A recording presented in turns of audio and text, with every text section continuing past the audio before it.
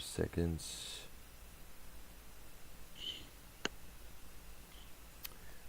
What's up, everybody? It's me, Dr. Earl, Arknolia Strokabine. We're live. Another edition of Music Maniacs has hit the airwaves here on the Dr. Earl channel. Now, we tried to get a hold of YR. I guess he's unavailable. And I guess, but he's added on to the call either way there. So if he's in the chat later on during this program, asking to be added to the call, then we'll definitely for shizzle add him on to the call there. Now,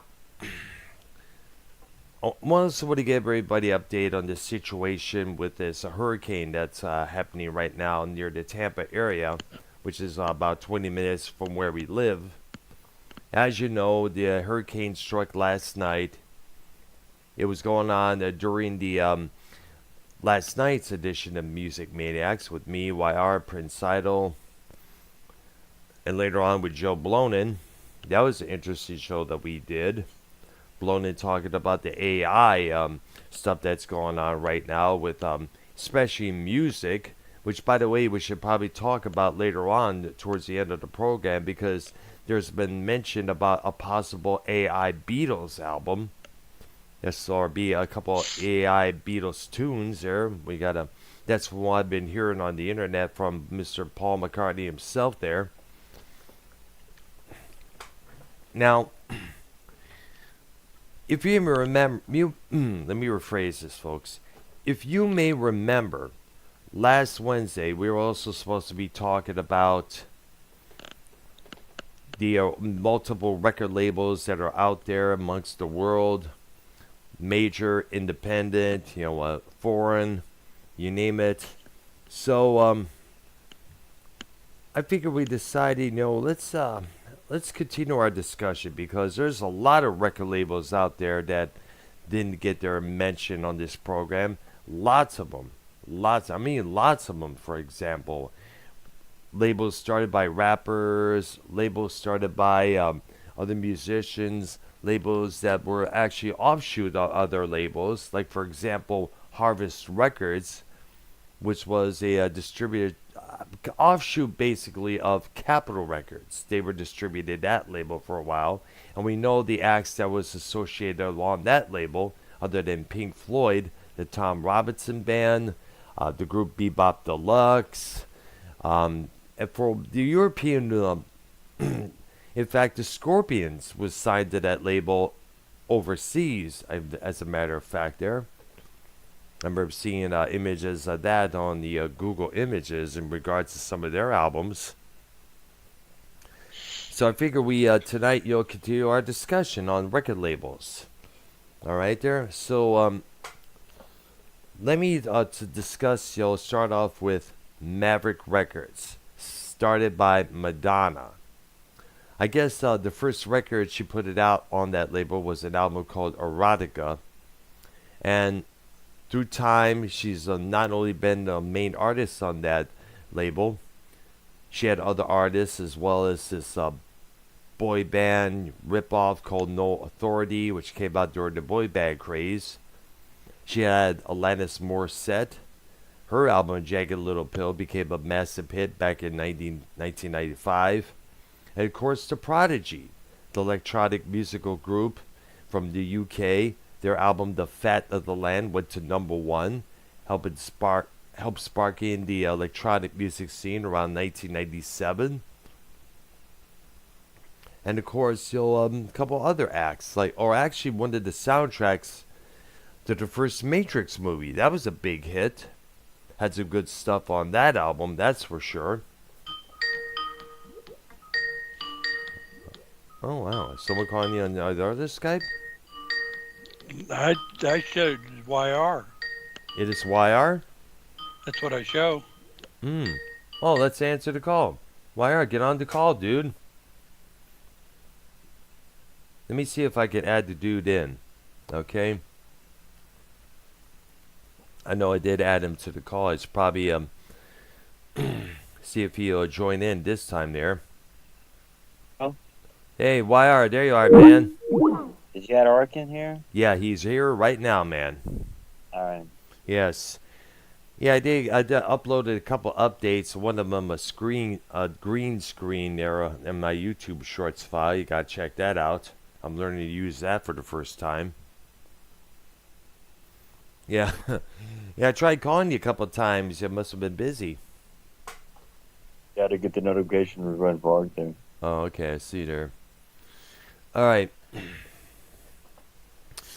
All right. So we were discussing record labels. I was talking about Maverick Records, owned by Madonna, and let's see. What the hell? Okay, so I'll give it. Go ahead. Did you ask Ark about Ministry if he knows who that is? I don't think Yeah, you heard of Ministry, right, Ark? certainly. Yeah, Certainly. yes. Have you ever heard any of their albums by chance? Off the top of my head, I can't tell you anything about them. I just heard of them, and I have heard them. Mm-hmm. So But I don't have anything in my memory. yeah, I think I think Ministry is going to be the next big thing that in YR's musical playlist right now for a while there, because he was really amazed by their sound last night that he saw last week, especially with the song Revenge. The NWO thing. Yeah. Did The song did the NWO. What's up? NWO did the NWO steal that from that song basically? No, basically, the NWO actually was inspired by a faction that Eric Bischoff saw in Japan overseas, and that inspired him to put that group together there. No. And of course, it was a great thing for a while, but then again, the WCW management ran it straight to the ground. Unfortunately, there by adding on this guy, this member, that member there. And just, it was good for a while, but then again, that's another program. And everything's still calm and cool over here, thank goodness. I know it was rainy harsh earlier on. Did you hear anything around like people? Is there like the weather out there? Did you see anything or? Well, earlier on, the only time I went outside was, to put some trash in the trash can there, which we put inside of our yard so that way the wind doesn't blow them away, just in case. I thought they were stolen at first. It's like, we usually have them at the side of the house, the trash can or the recycle can, and then all of a sudden, boom, where'd he go? Did somebody steal them? And here's something else. Last night, after we ended our show, there was some sort of a situation going on near a couple houses down from where we live. I guess I don't know if it was a spat between a husband or a wife, but 5 cop cars was around that area. And this was about 3 houses down from where we live. And those cop cars were there for a long, long time there. In fact, towards around midnight afterwards, one cop car was remaining there. I'm not too sure what the whole deal was, but I'm not going to go up there on the door and find out what the hell just happened so I can post it on my YouTube channel. They'll probably slam the door in my face. Tell me to butt out, obviously. So now we're discussing record labels. Remember, we started that last Wednesday evening. And we're continuing with that subject right now. All right, there. So, YR, do you have any record labels you want to acknowledge? Casablanca. Talked about. Kiss. Donna Summer, The Village People. They made that movie. Yes. Did you hear about that? Which movie? Kiss Meets a Phantom of the Park? No, it's about Casablanca Records. Oh, that's right. I heard about that. Yeah, that's right. That was about how that record label started and the guy behind it, Neil Bogart, who passed away in 1982. And Casablanca had an interesting roster there. Well, not only had Kiss, it had the Village People, Donna Summer, had this project called Love and Kisses. It had this, had other, I guess it had some other bands as well. I'm not too sure, but they're mostly for the main artists that I just mentioned. And a lot of people seen it as a disco music record label because most of the disco music came out on that particular label. Right? One record label I want to mention is RSO, which means Robert Stigwood Organization. And of course, Robert Stigwood was the manager of the Bee Gees. He came up with the idea to put together a record label for the Bee Gees and later for their younger brother Andy, rest in peace. And he also had other artists on that label as well, including Eric Clapton. In fact, for a long while there, the Derek and the Dynamos album, Layla, and some of Clapton's earlier releases were on that label. In fact, they also would have the one-hit wonder band Player with that song Baby Come Back, good song. And they also had the original soundtracks for Empire Strikes Back and Return of the Jedi, believe it or not. All right, so Ark, it is your turn. Durham and Threshold. Durham and Threshold. Oh, yes. Where the movie Blues recorded their music from. Threshold, I get. Dr. Brown, did you ever used to visit or go inside record companies like that? You know, in the record labels? No, I never had. Studios, and you never seen that? Well, the only studio that I've ever known was Overture Studios back in Novi, Michigan. A couple buddies, from the band Oriental Spas. I found out where that place was located. I drove up there. I didn't knock on the door because I realized that the married couple within that group, Scott and Mary, so I was dressed in my one of my outfits. I was saying, "Hey, what's going on?" I thought I'd say hi, and I just drove off there. I drove off to do my thing, exploring Novi for the very first time. And it was a pretty interesting drive, I will say. I hope Novi is still doing good because it is a good area to check out if you ever visit Michigan by chance. But I've never been inside any of the studios whatsoever. Of course, nowadays, one individual's home could be a studio when you think about it, with all the computer technology that's out there. Okay. Thank you. Ark, you mentioned Durham and Threshold, where the Moody Blues recorded their music for, right? Well, they actually worked on both of them. Yes, They I started know. with Durham and went to Threshold, or created Threshold, or whatever. Yes, exactly. Durham was, by the way, distributed by London Records, and not only had the Moody Blues, it also had Procol Harum on that label. I believe Rolling it had Stones. Rolling Stones. Yeah, interesting there. Had a lot of UK acts, I believe, because obviously that's a UK-based label, along with London Records.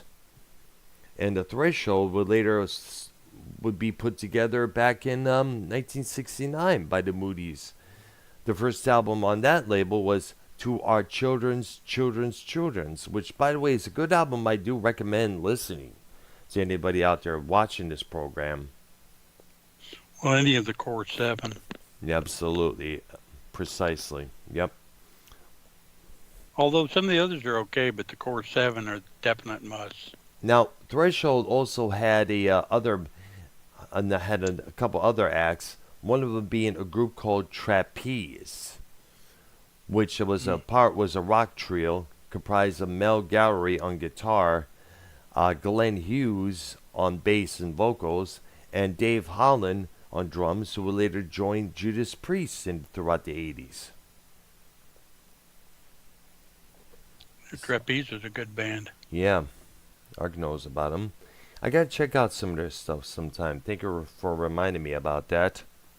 All right. All right, so I'm going to throw in this one record label. Rolling Stones Records by the Rolling Stones themselves. Not only they record their 70s and 80s albums on that label, they also had a couple other artists, one of them being reggae singer Peter Tosh, who understands stayed the night at Keith Richards' place and didn't want to leave. I guess cops had to be called over, if I'm correct. No doubt.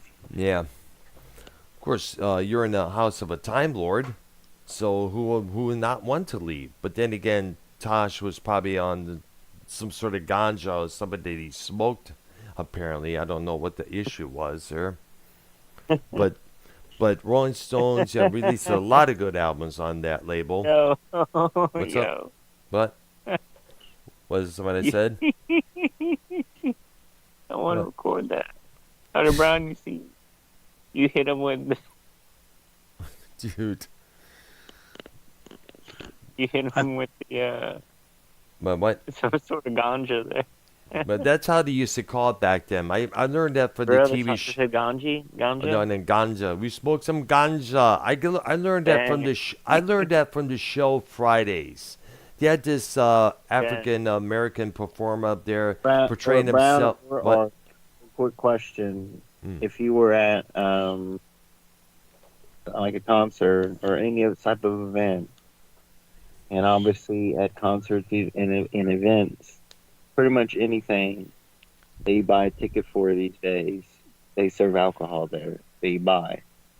Um, if a female was, people drink and things get overheated. If a female came up to you and just no reason just slapped you or punched you in the face, would you hit her back? No. I don't care Uh, how anybody gets pissed at a woman. You don't hit her. But what about a man? If a man came up and hit you or whatever, would you wait for security or would you go at it yourself type deal? Hmm. Well, I would have just said, "What the deal? What's the deal, bro? What's the deal, man? What the hell are you doing that for?" Because most likely, he probably don't know what the hell he was doing because he was obviously shit-faced drunk, as you know. These record companies, Hmm? what they used to do back in the day is obviously, either like in the behind the scenes, they with the drinks and other things and stuff provided for talent and stuff like that. But in the crowd, obviously there's, I guess you can maybe call them security or people that work for, Yes, bouncers. probably more people work for the band that is looking for girls and drugs and everything through the crowd. Like, what do you feel about that one? Like, Oh, they did that a few times. I remember seeing footage of the couple of guys who worked for the Scorpions do that from 1980s concert footage that they had. I remember seeing that recently here on YouTube. They often scan the crowds, and a couple of times I guess they would put something on drumsticks, saying this allows you backstage. A gal pal that I was interested in seeing, she was in front row for the Sisters of Mercy concert, and then one of the roadies gave her a backstage pass. Apparently, the singer was kind of interested in her. And another time when I saw the band Cheap Trick play at this concert near Detroit, the bass player was trying to get a hold of some girl, and they had one of their staff come in there get the girl's address, her name and number, and all that stuff. I guess that was it. Hmm. But what YR mentioned, is has been common a lot of times among the rock concert scenes.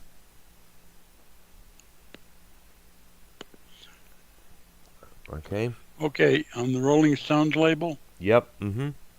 the first album I think they did on that label was Sticky Fingers. Yes, it was. So that's the one with the actual working zipper. And I guess that photograph was Mick Jagger's crotch area, photographed by Andy Warhol, if I'm correct. Hmm. Yes. Okay. Yes. And I guess that album cover had to be censored a couple times, from what I understand.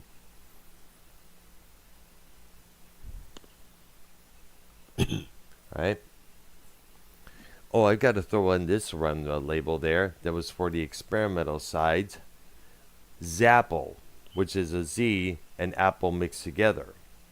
Zapple was an experimental portion of Apple Records for experimental artists, experimental sounds. And one of the albums that came out on that part of the Apple Records label was Electronic Sounds. What was it called? I forgot it, but it was by George Harrison. He was tiddling with a synthesizer, and he recorded two basic long tracks for that album, both taking up the sides that it was on, side 1 and side 2. I forgot the name of that album. I got to look it up there. Right. And of course, you did mention Apple. That's right. And that, Dr. Brown, yeah. can we? There's people saying that we need to change your title. What is Because that? people aren't knowing what we're talking about here. Well, the reason I called it that is because it is. Running a record label is it's kind of like running a bar. Have you ever owned a record label? No, but from what I understand, I've listened to many storylines. Didn't Because- Cronin used to work on one in college or post high school? Did I what? Joe Cronin? I do not Didn't know. Joe Cronin used to work at one in post high school or no? I do not know. I do not know myself. But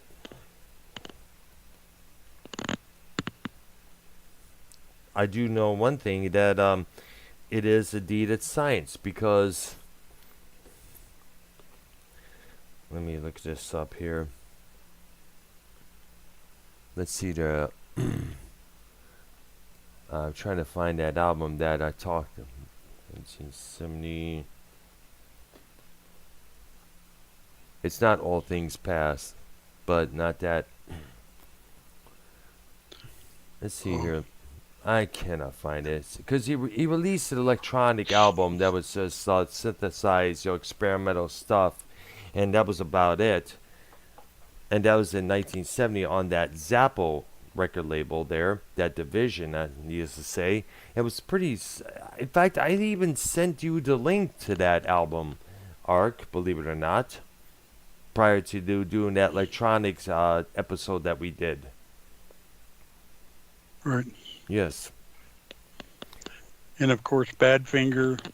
Yeah, that's and, right. Nicky Billy Hopkins. Preston. Billy recorded Preston. on that label. Yep, and Billy Preston album was Mary Hopkins. Mary Hopkins and James Taylor.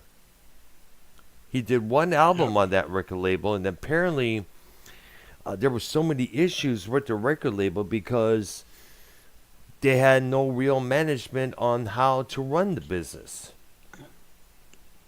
And the worst of it is that their manager, the Beatles, is Brian Epstein, passed away the same year they decided to put this Apple project together. So they didn't really have any backup or any guidance. And Apple was supposed to be not just about music, it's supposed to be about art and other things. And like I said, it was... Let it be an mhm. Let It Be an Abbey Road were both on Apple, I think. Yes. I don't think the White Album was. It was, yes, because I remember I found the original copy of it on the during the garage sale in 1978 when I was really getting into the Beatles. I was really intrigued, and I found this copy as a little bit burned album cover from sort of a fire, but the vinyl was still intact and good enough to play. In fact, one of these days I'll probably find me a reissue if it was on white vinyl and on the Apple label. In fact, right now, Apple Core, as it's now called, owns everything that's Beatles related. The merchandise, the name, and everything else. Including the Capitol issues. Yeah, reissues, yes. In fact, here's something else. All the albums that were originally released on Capitol would later be released on Apple Records. They just didn't decide to change it on the album covers. But if you look into the actual vinyl, on the art in the middle there, you will see that it was on Apple Records, and did this with the Meet the Beatles' second album, and so on and so on and so on.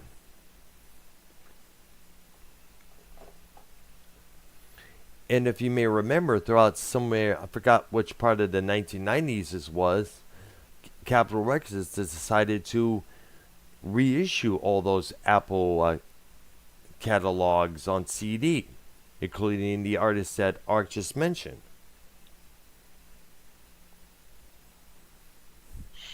And sad, Badfinger was one of the first leading acts on that label, and they were often cited as to being the second coming of the Beatles. But sadly, bad management screwed that group over big time.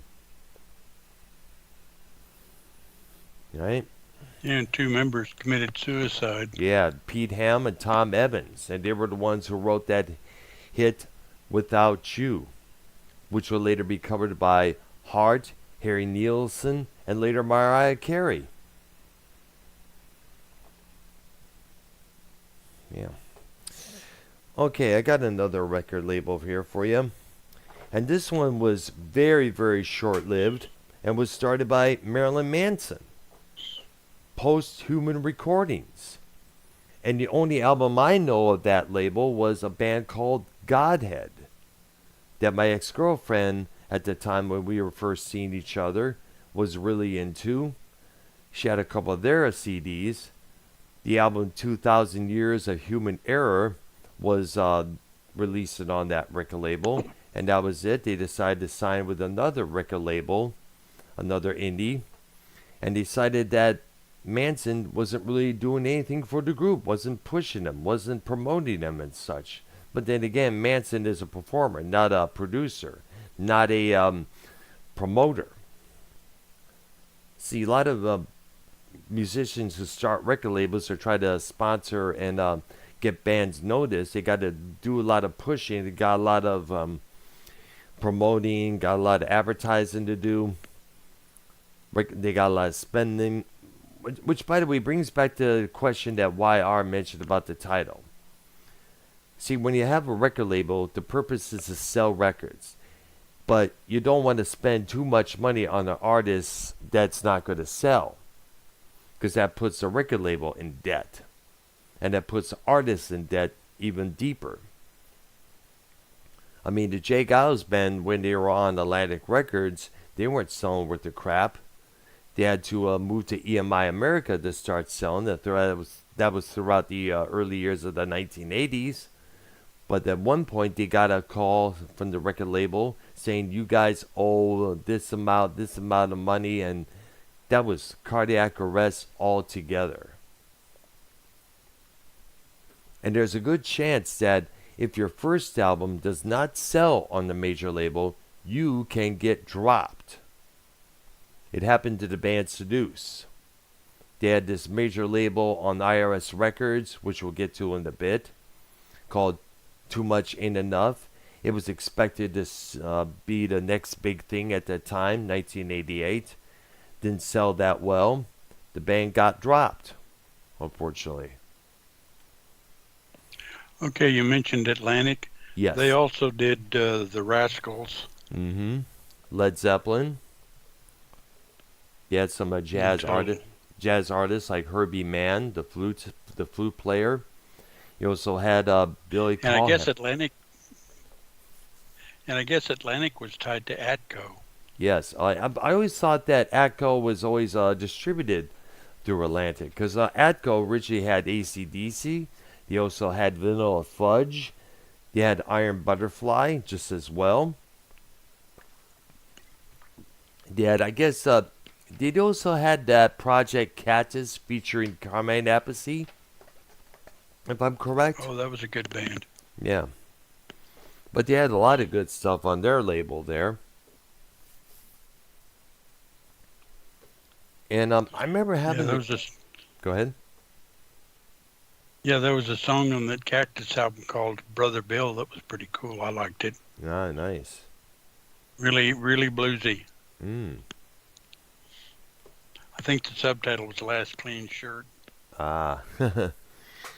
Yeah, but going back to Atlantic Records, where they had Led Zeppelin, the Blues Brothers, they had the Manhattan Transfer, they had ABBA, they had AC/DC later on.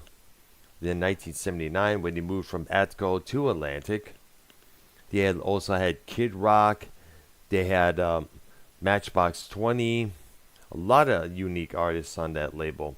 But from what I understand, one of the top artists that still sells on that label still remains Led Zeppelin. And to no surprise, oh, Hootie and the Blowfish, they were on that label for a good while there.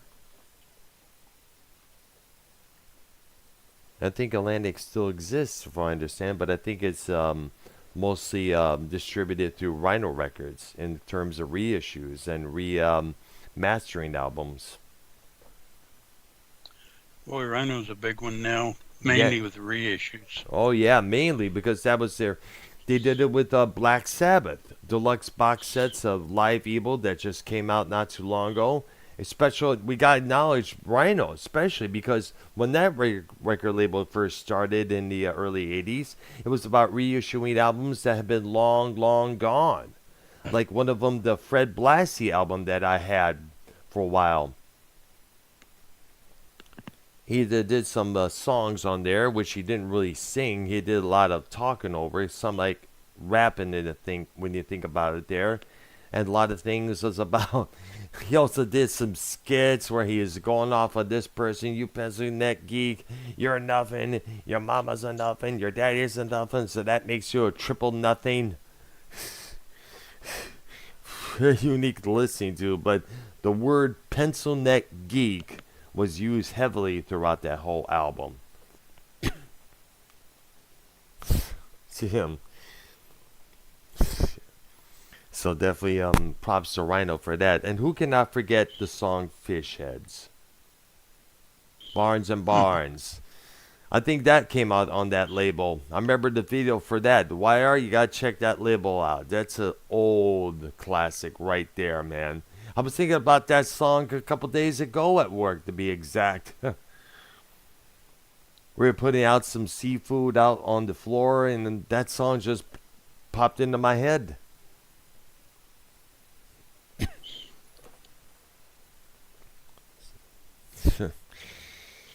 Also, and of course, Rhino's been reissuing the Pantera stuff there on compilations, Bad Company, and everything else in between. So definitely props to Rhino for doing this, for sure. Mostly on CD. I don't think they did a lot of records. Well, I guess right now, yeah, that was the thing back then. CD was, of course, throughout the 1990s and early 2000s was the main thing. But now with vinyl making a big ass comeback like it has. In fact, me and Joe Blonin, when he was on the program last night, we were talking about vinyl and how the newer vinyl that's out there is usually on colored vinyl and it costs too much, about $20 for one album. I still wished I had my old vinyl. I had over 4,000 of them. Dude, I mean, they took up a wall.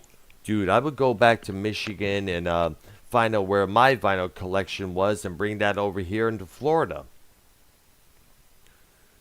Because, man, but in the good sense, I'm able to download all the stuff that I had on vinyl, CD, and cassette onto my MP3 and my phone, thank goodness. Yeah. I'm so interested in finding obscure albums that have been long gone on vinyl, like some of the Klaus Schultz catalog, or some of the Tangerine Dream catalog, for sure. Since I have, at last count, I had well over 350,000 MP3s. Yeah, I remember, yeah. You mentioned that. Speaking of the Tangerine Dream. I might be close to 4. Damn. Nice. You know what? I actually had a couple of extra MP3s in my dresser drawer there that have been empty for a while there because I moved There was having some problems with it, so I decided to move it to the main MP3 that I have now. I'm still hoping to get me a 32 gigabyte MP3 soon there. Mm. Probably have to Mine order. are on my computer. Ah, nice. And speaking of Tangerine Dream, one of the record labels they were on, Virgin Records. Virgin had some unique artists, that's for sure, on that roster. Those guys, Yep. they had Klaus Schulze for a while. They had his album Black Dance was released on that label. You also had the Sex Pistols for that one only album they put it out. They had King Crimson in the 90s. They had a couple releases there. Thrak and The Construction of Light, highly recommended. It had the Future Sound of London, electronic groove, which I gotta let you guys know about. Or about if you ever seen any of their albums, definitely go get it for shizzle. Lightforms, ISDN, Dead Cities, definitely pick up. Also, they had I guess. Oh yeah, Mike Oldfield. He was on that label for a good while there. XTC, the band, which is 3 letters, X, T, and C. One of the few of their albums, like go ahead. I'm fine. All right. Oh, there was another group I was thinking about yesterday, the Motors. Just had a chance at the old independent record store that I used to go to. I picked up one of their cassettes. It was their first record. That was on Virgin Records. And for a while, they had a lot of distributors through CBS and later Atlantic. And I guess it was also distributed through EMI somewhere in the 1990s. Oh yeah, Lenny Kravitz was on that label for a good while there. And it also had a division label of its own called Venture, which was for experimental albums on artists like Bill Laswell. And this one album that still remains a favorite to this day, Plight and Premonition by Holger Kruzai and David Sylvain. It was 2 tracks, both kind of like in the ambience realm, with a lot of samples and treatments added in. Still one of my favorites to this day. There's a lot of artists that are out there that I honestly don't know the record labels and wished I did. Well, One of them I'm thinking of is the James Gang. yeah, I think they were I on don't ABC. remember their label. I think it may have been ABC Records. Oh, that sounds right. Yes, in fact, Steely Dan recorded for that record label for a good amount of albums throughout the 70s. There was also Dot Records that was functioning throughout the 60s and early 50s.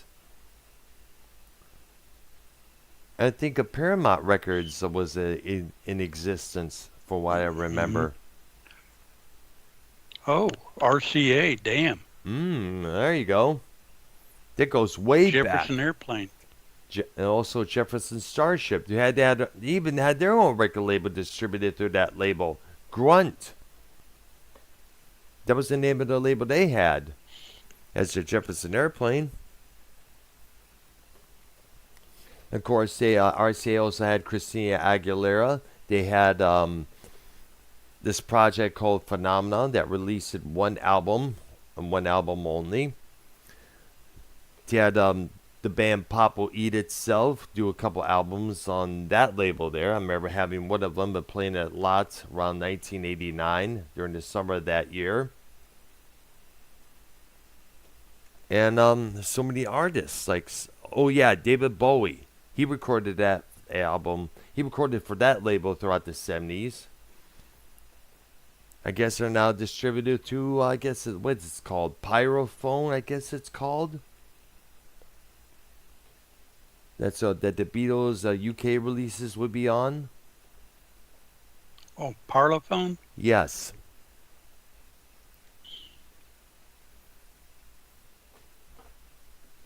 I mean, yeah, that's the name of the label that it's now putting out Bowie's material. And I guess the copyrights of Bowie's material is owned by, I guess it's Bowie Estate, for what I understand.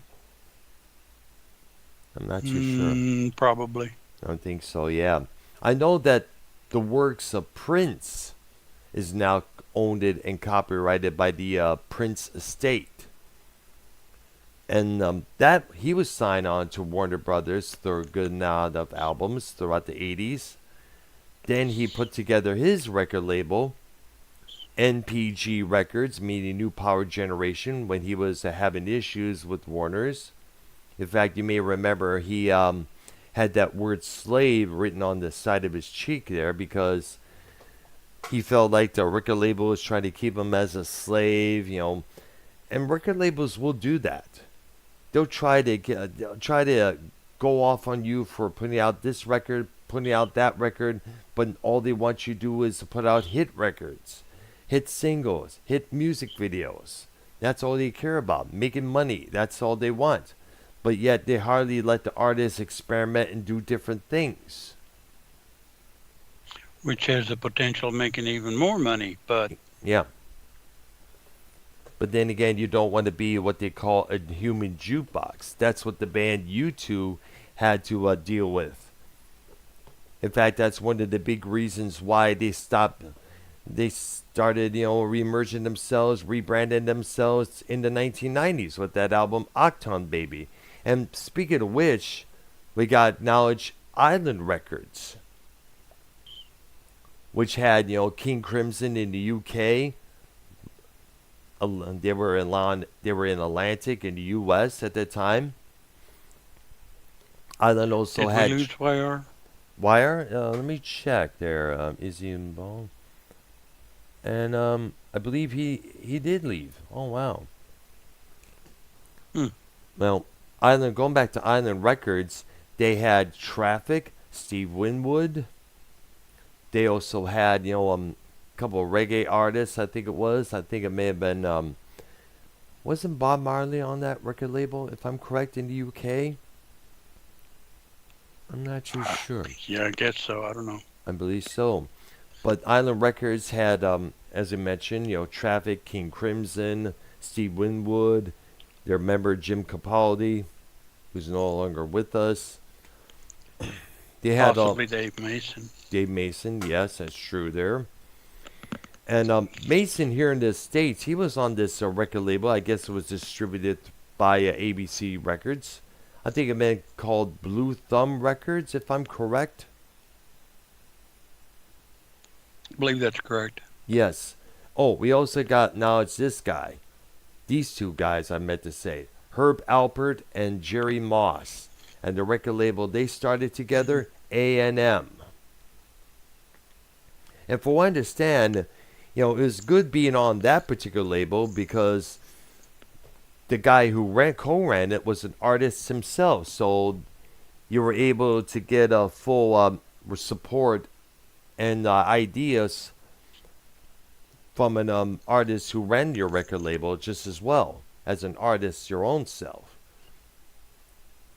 I mean, they had some good acts on that label there. They had Nazareth, The Police. They had Rita Coolidge. They had Sean Phillips. Maybe. What's up? Who? Head East. Humble Pie, maybe. Humble Pie. Yes, they were on that record label. As I mentioned, Head Peter East Frampton, is maybe. Peter Frampton. Yep. And later on, they would have the Human League. They recorded stuff on that label. And I think I did mention Head East, that album Flat as a Pancake with that one song. Never Been a Reason. Yes. Yeah, they're kind of a one-hit wonder too, although they had 2 or 3 other songs that did okay. Yeah. But you know how radio is. They focus on the main song that they put it out. Yeah, and actually, it's funny. Maybe in a future show we'll do one-hit wonders that had other songs that didn't do as well, but they did have other songs. Yeah, we got to do that possibly next week if you like. Definitely. Yeah, it'd be fine. Yes. All right. Good. Well, then we got our Then we got things Artists that going. had one massive hit Yep. and several other songs that did okay, but not near like the big hit. Yeah, which is sad because a lot of times those deep tracks may outstand the main song that they play on the radio that everybody knows left and right. There's a couple of examples of that where I like the other hits better, Yes. but I did like the hit. Yeah. All right, Tara. Anyway, Go ahead. Right. So you was gonna say something? no, Oh, that was okay. just a hiccup. Okay. I did a little cough myself there, so we're both even. It's kind of funny. Sometimes, you know. Now, I forgot what I was gonna say there. My bad, because I realized. Oh, what time is it? It's about 2 minutes Yeah, to 8 we're p.m. towards